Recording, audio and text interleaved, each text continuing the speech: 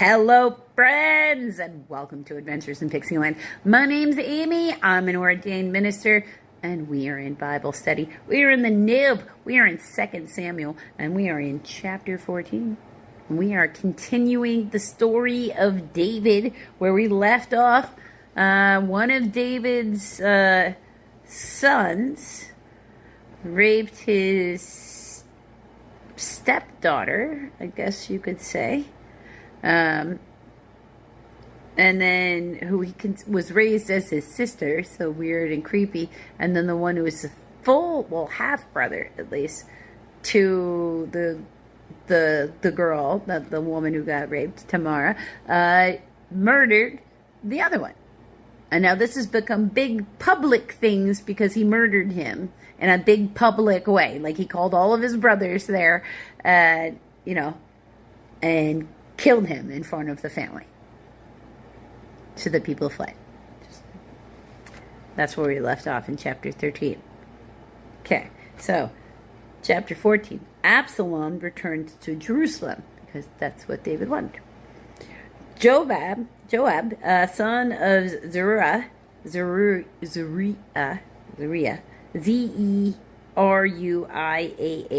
knew that the king's heart longed for Absalom. So Joab sent someone to Tekoa, Tekoa, and had a wise woman brought from there. He said to her, "Pretend you are in mourning. Dress in mourning clothes, and do not use any cosmetic lotions. Act like a woman who has spent many days grieving for the dead. Then go to the king and speak these words to him." And Joab put the words in her mouth.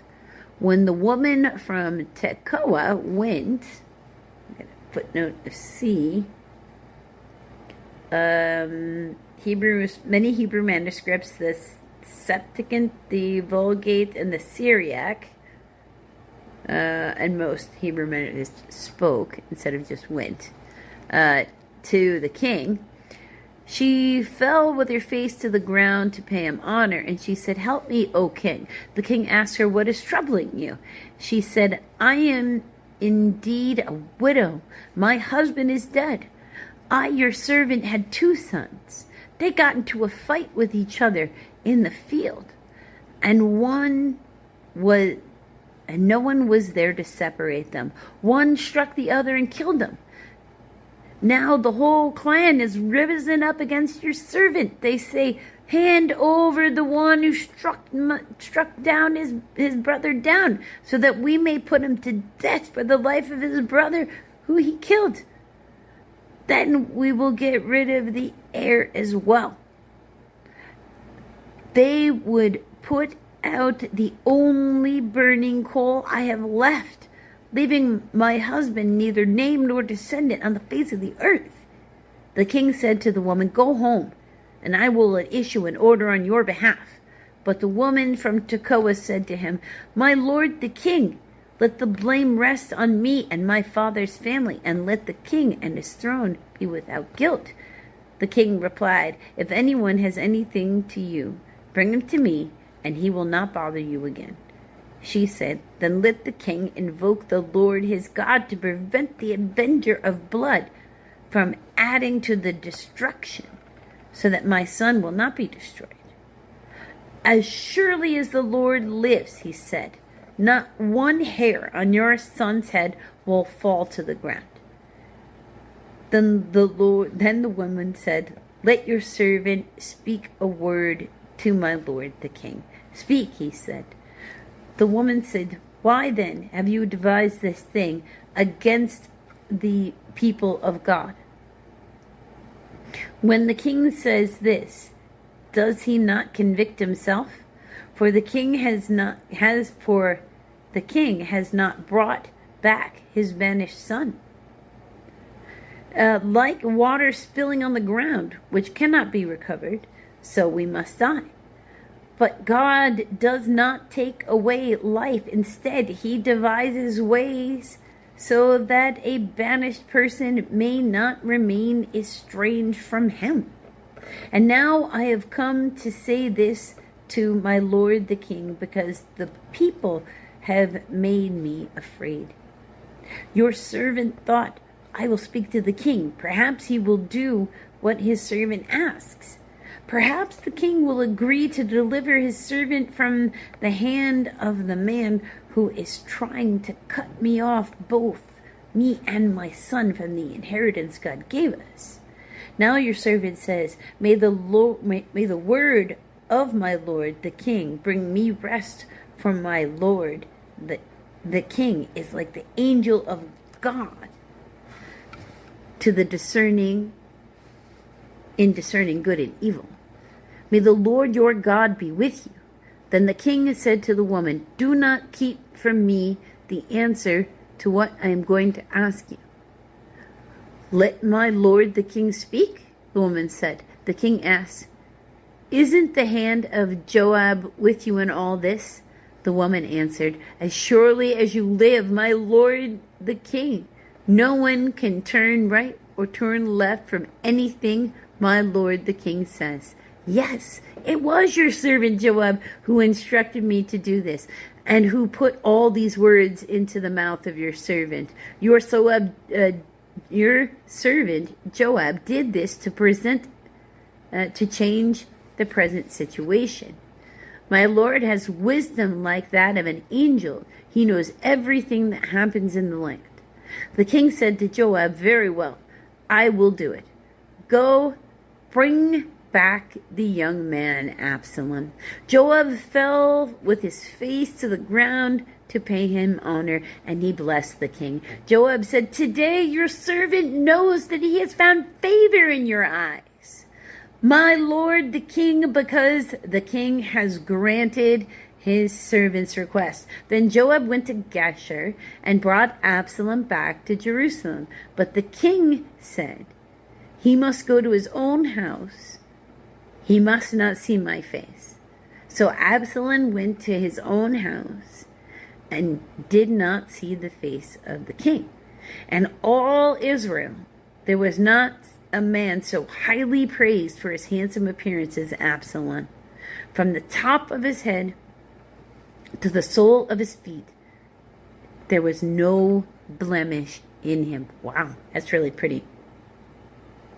Whenever he cut the hair of his head, he used to cut his hair from time to time when it became too heavy for him. He would weigh it, and its weight was 200 shekels by the royal standard, or 5 pounds, 2.3 kilograms. 3 sons and a daughter were born to Absalom. The daughter's name was Tamar, and she became a beautiful woman. Absalom lived 2 years in Jerusalem without seeing the king's face. Then Absalom sent for Joab in order to send him to the king. But Joab refused to come to him, so he sent a second time, but he refused to come. Then he said to his servants, look, Joab's field is next to mine, and he has barley there. Go set it on fire. Go set it on fire?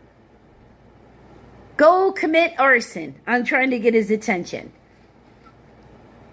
So Absalom's servants set the field on fire, because why not? The boss said so, right? Blindly follow orders. Then Joab did go to Absalom's house and say to him, why have your servants set my field on fire? You're lucky he didn't pull the sword. Absalom said to Joab, look, I sent word to you and said, come here so that I can send you to the king to ask, why have I come from Geshur? It would be better for me if I were still there. Now then, I want to see the king's face. And if I am guilty of anything, let him put me to death. Like, don't keep me trapped here and then not talk to me. Like, why'd you take me away from where I would build my life away from you and your judgment and your influence just to ignore me? Bring me close to be judgmental and ignore me close from a closer distance. So Joab went to the king and told him this. Then the king summons Absalom And he came in and bowed with his face to the ground before the king, and the king kissed Absalom. So he was finally ready to see his son again. So yay, at least for a little while. Hello, friends, and welcome to Adventures in Pixieland. My name is Amy. I'm an ordained minister, and we are in Bible study. We're in the Niv. We are in 2 Samuel, and we are in chapter 15. Continuing on with the story of David and Absalom. His very pretty, but very murdery son. So, but also was, getting justice for his sister, who was, raped by his brother. Nothing really had been done to him. So he made sure something was done to him. So Absalom's conspiracy. In the course of time, Absalom provided himself with a chariot and horses, and with 50 men to run ahead of him. He would get up early and stand by the side of the road leading to the city gate. Whenever anyone came with a complaint to be placed before the king for a decision, Absalom would call out to him, "What town are you from?" He would answer, "Your servant is from one of the tribes of Israel." Then Absalom would say, "Look, your claims are valid and proper, but there is no representative of the king to hear you." But Absalom would add, "If only I were appointed judge in the land. Then everyone who has a complaint or case would come to me, and I would see that he gets justice." Also, whenever anyone approached him to bow down before him, Absalom would reach out his hand and take hold of him and kiss him. Absalom behaved this way towards all the Israelites who came to the king asking for justice. So he stole the hearts of the men of Israel by humbleness there, okay?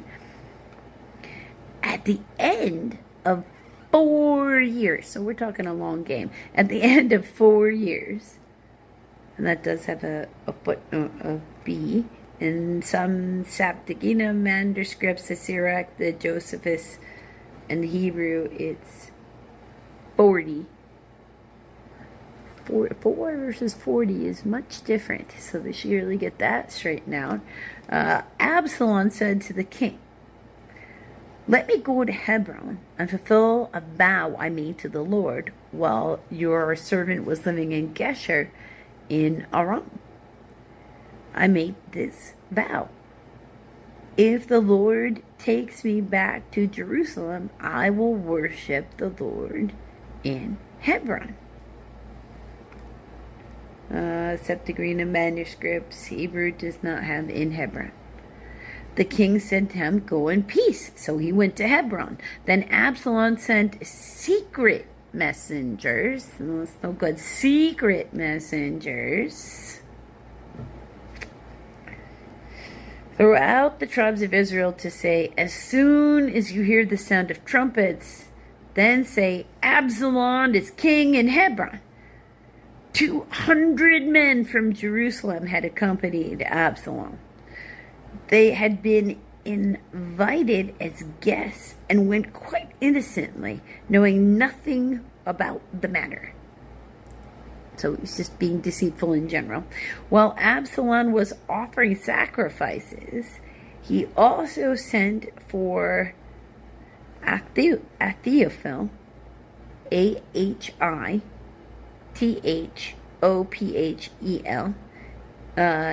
Gilonite, David's counselor, to come from Elo, his hometown, and the conspiracy gained strength, and Absalom's following kept increasing. So Absalom kept getting more and more popular. David flees. A messenger came and told David, the hearts of the men of Israel are with Absalom. Oh no, a coup, right? A coup. Then David said to his officials who were with him in Jerusalem, come, we must flee, or none of us will escape from Absalom. We must leave immediately, or he will move quickly to overtake us and will bring ruin upon us and put the city to the sword. Like, we're not going to fight your brother. We already know that there is, like David already knows, God is mad at him. God has told him these kinds of things are going to happen. He's got to go. If he stays, this guy's winning because of the stuff he didn't do. He's like, nope, everybody out. Because remember, the rest of the officials are his other sons, who this guy's already murdered one. Who knows where he'll go, right? The king's officials answered him, your servants are ready to do whatever our lord the king chooses. The king set out with his entire household following him, but he left 10 concubines to take care of the palace. So the king set out with all the people following him, and they halted at a place some distance away. All his men marched past him, along with the Keretherites and the Pelethites, Kerethhites and Pelethetes, and all 600 Gittites, Gittites, who had accompanied him from Gath, marched before the king. The king said to Ittai the Gittite, it's Ittai, why should you come along with us? Go back and stay with King Absalom. You are a foreigner, an exile from your homeland. You came only yesterday, and today I shall make you wander about with us when I do not know where I'm going. Go back and take your countrymen. May kindness and faithfulness be with you. But Ittai replied to the king, surely as the Lord lives, as my lord the king lives, wherever my lord the king may be, whatever it means, life or death, I will be your servant, there your servant will be. David said to Ittai, go ahead, march on. So Ittai the Gittite marched along with the men and the families that were with him. The whole countryside wept aloud as the people passed by. The king also crossed into the Kidron Valley, and that's Kidron, and all the people moved on towards the desert. Zadok was there too, and all the Levites who were with him were carrying the Ark of the Covenant of God. They set down the Ark of God, and Abiathar, Abiathar, offered sacrifices, or Abiathar went up and offered sacrifices, until all the people had finished leaving the city. Then the king said to Zadok, take the ark of God back into the city. If I find favor in the Lord's eyes, he will bring me back and let me see it and his dwelling place again. But if he says, I am not pleased with you, then I am ready. Let him do with me whatever seems good to him. The king also said to Zadok the priest, aren't you a seer? Go back to the city in peace with your son Ahimaaz, Ahimaaz, and Jonathan, son of Abiathar. You and Abiathar take your sons with you. I will wait at the fords in the desert until the word comes from you to inform me. So Zadok and Abiathar took the Ark of God back to Jerusalem and stayed there. But David continued on up the Mount of Olives, weeping as he went. His head was covered, and he was barefoot. Oh, he's putting himself through punishment. All the people with him covered their heads too, and were weeping as they went out. Now, David had been told, okay, Ahithiophel, Hithophel, is among the conspirators with Absalom. So David prayed, "O Lord, turn Ahithophel's counsel into foolishness." When David arrived at the summit where people used to worship God, Hushai,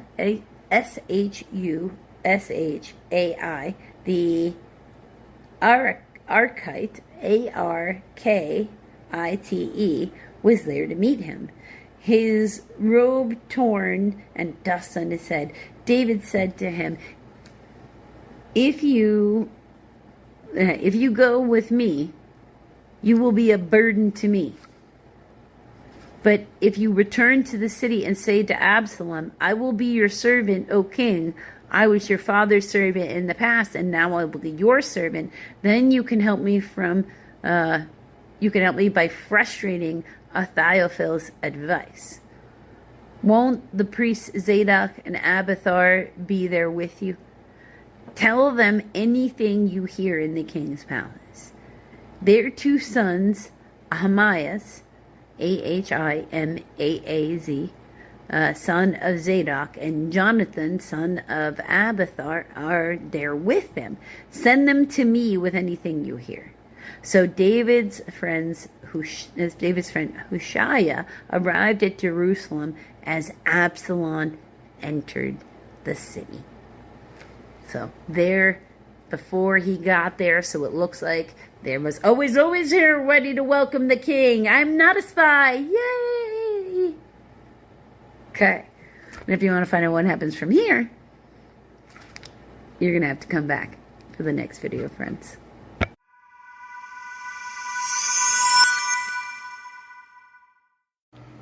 Hello, friends. So, Bible study. Niv, John, chapter 15. In this, we're going to do two separate videos. This one will be 1 through 17. And the next one we'll do 18 through 27.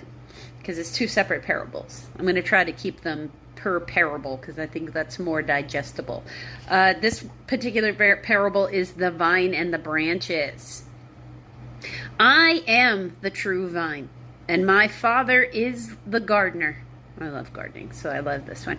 He cuts off every branch in me that bears no fruit, while every branch that does bear fruit, he prunes so that it will be even more fruitful. I find that to be very true. And that is really basically what's supposed to be happening. We have to get ourselves into the heavenly vibration if we wish to go to heaven. So every part of our personality or any way that we react to a situation, anything that we're doing that's not consistent with the love vibration is something that needs to all stop. That will keep you out of heaven. Because you got to match their vibration. They're not changing the vibration of heaven for you. You're changing you for the vibration of heaven. That's where all the good stuff is anyway. You are already clean because of the word I have spoken to you. Remain in me, and I will remain in you. Yeah, coming in and out of vibration is a waste of time. You're not going to get to heaven if you're slipping back down into like hell vibration. Like, I don't know why I know it's hard, right? I know it's hard because trying to always do the right thing, that's very stressful. Nobody can always do the right thing. And it's not always so gratifying doing what it is he wants you to do. Because we are used to a certain amount of the world of ego, and that's just, the world says you're allowed to have an ego. But there's a difference between self-esteem and ego, with just life path number 1 stuff. Then it's hard. It's the most basic of the things, so you have to try to keep the balance. It can be very difficult. I get that. But coming in on a vibration is a waste of time. No branch can bear fruit by itself. That is actually very much so true. You need the pollen that goes through the air from the different, from the trees, other trees like that in the area, to make it so that fruit-bearing trees will grow more. It's called cross-pollination. It's actually true in science. It must remain in the vine. Yeah. It has to, without being attached to the vine, it doesn't get nutrients. Neither can you bear fruit unless you remain in me. You got to, if you want rewards, you got to stay in the heaven vibration. Okay? I am the vine and you are the branches. If a man remains in me and I in him, he will bear much fruit. Okay? Apart from me, you can do nothing. Right? I can only do what God permits me to do. Same for everybody else on earth. Right. That's the rule of law. If anyone does not remain in me, he is like a branch that is thrown away and withers. Such branches are picked up and thrown into the fire and burned. Yeah, they're kindling. If you remain in me and my words remain in you, ask whatever you wish and it will be given to you. Well, this is because if you're remaining in the heaven vibration, you don't want things that harm others. We are not supposed to want things that hurt other people on purpose. And this is a very big distinction and thing. And this is where you're going to find the difference between what he's saying and that of, say, like a monarchy. Because when you get into that Mel Brooks, and I love Mel Brooks, so don't get me wrong, I'm not coming for him or anything, but he uses this turn of phrase that just, in that instance, says everything about our society as a whole and what we're viewing as the reason to have power at all. He uses the phrase, it's good to be the king. And he does it like that because he's roaming around humping whatever he wants. And it's treason. You can't say no to the king. If you say no to the king, no matter what gender you are and what sexual preferences you have, if you've got a monarchy and that king wants to, then you gotta say yes. Because if you don't, it'll cost you your life. Now, he's not supposed to want to force people. He's not supposed to want to rape. But that's really what we're saying when we say it's good to be the king.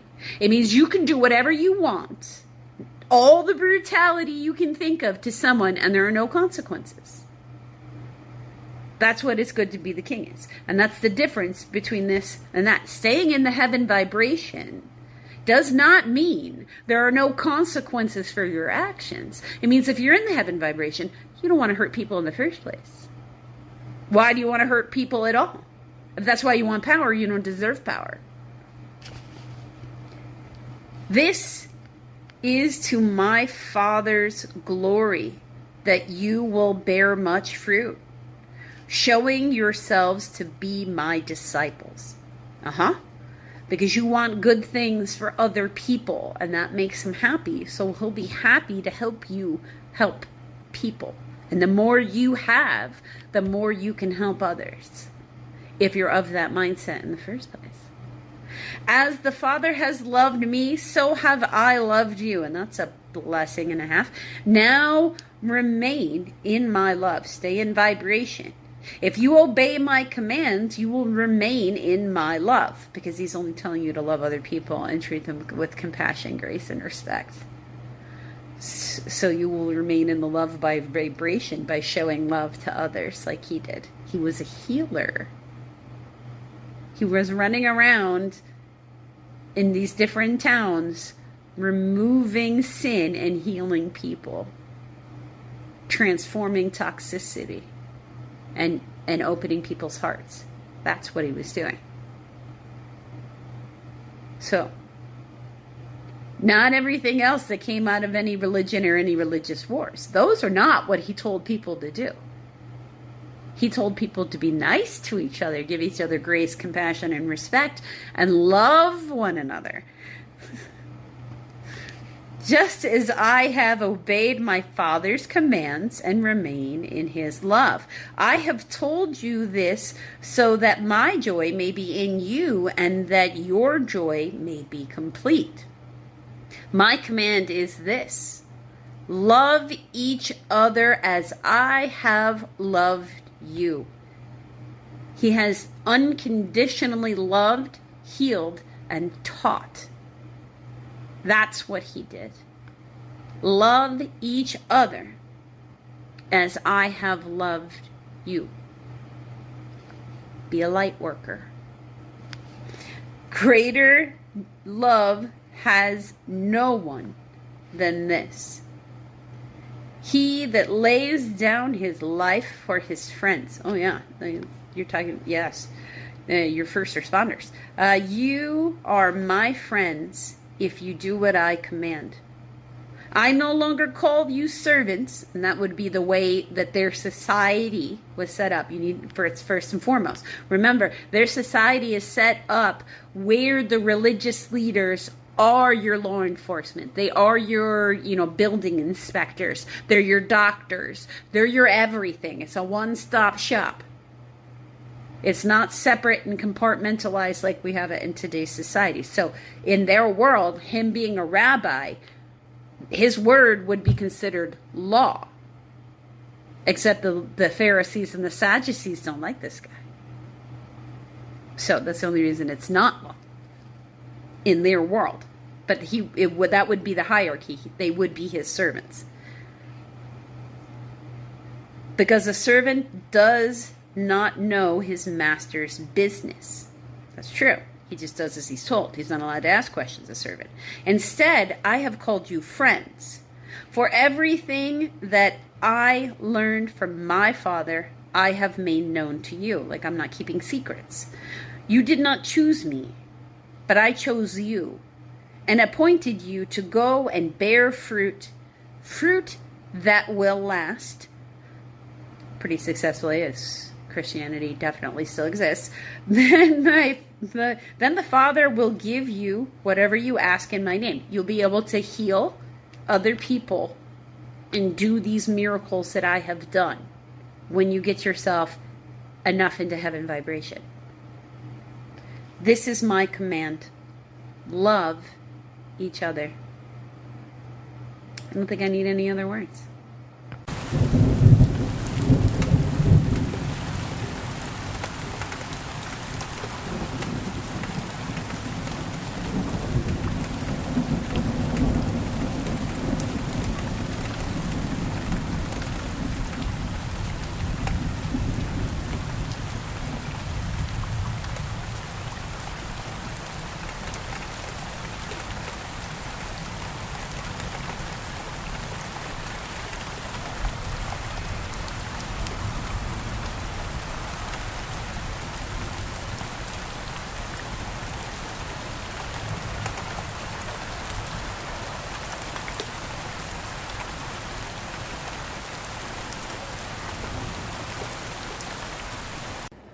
Hello, friends, and welcome to Adventures in Pixieland. My name's Amy, and I'm an ordained minister, and we are in Bible study. We're in the Niv, and we are in Psalms, Book 5, and we are in Psalm 119, and we are picking up where we left off. We are going from verses 17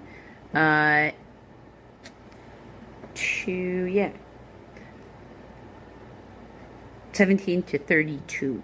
Okay, now we're doing the alphabets. All right, so because I didn't really want to try to pick up the whole Bible to try to show you the teeny tiny piece of font that's like to try to see what it is, and unnecessary because I actually have Hebrew stencils. So this one we did last time, Alph and Bet. Okay, so that's why when I was saying the one that looks like an N. And then this is the one that's got a little tail, right? The one that looks like an N, and this one's the one that's got a little tail. Now, the thing is, remember when we're dealing with this this is not just A-B. Alpha actually doesn't have a sound. It's silent. It is also the number 1, an ox, a bull, gentle, tame, the leader, Adonai, 1,000, and teach. Whereas for Beth is B, but it's also the number 2, a tent, a house, the body, the household, the family, inside, within, and amid, right? And then we have, for this video, we're doing Gimel and Daleth. Gimel and Daleth, which is G and D. And remember, there's no vowels, so we're doing God, G, and D. Okay, G, Gimel. It's got that. Okay, that's Gimel. That's a G. Now, it's also the number 3, and it's a camel. It's also being lifted up or rising up like a camel rising from its knees, right? And self-will or pride. And then Daleth. That's that one right there. Okay.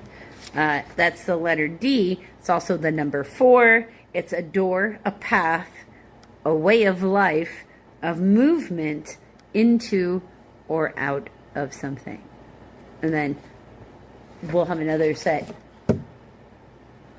because it's in 2s. So in tomorrow's video, we'll have another paper just like that with the next 2 letters, showing you the shape and then giving you what it means. As long as we're going to do this. Let's do it fully educational, right? So, Gimel. Do good to your servant, and I will live. I will obey your word. Open my eyes, that I may see wonderful things in your law. I am a stranger on earth. Do not hide your commands from me. My soul is consumed with longing for your laws at all times.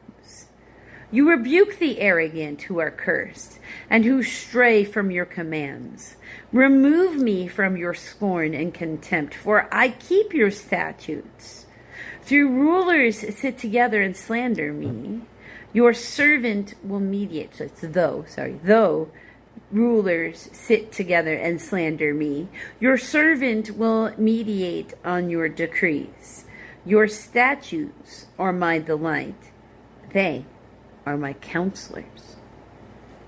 And then Daleth. I am laid low in the dust. Preserve my life according to your word. I recount my ways, and you answered me. Teach me your decrees. Let me understand the teaching of your precepts, that I will meditate on your wonders. My soul is weary with sorrow. Strengthen me according to your word. Keep me from deceitful ways. Be gracious to me through your law. I have chosen the way of truth. I have set my heart on your laws. I hold fast to your statutes, O Lord. Do not let me be put to shame. I run in the path of your commands, for you have set my heart free. Well, amen to that. Until the next video, friends.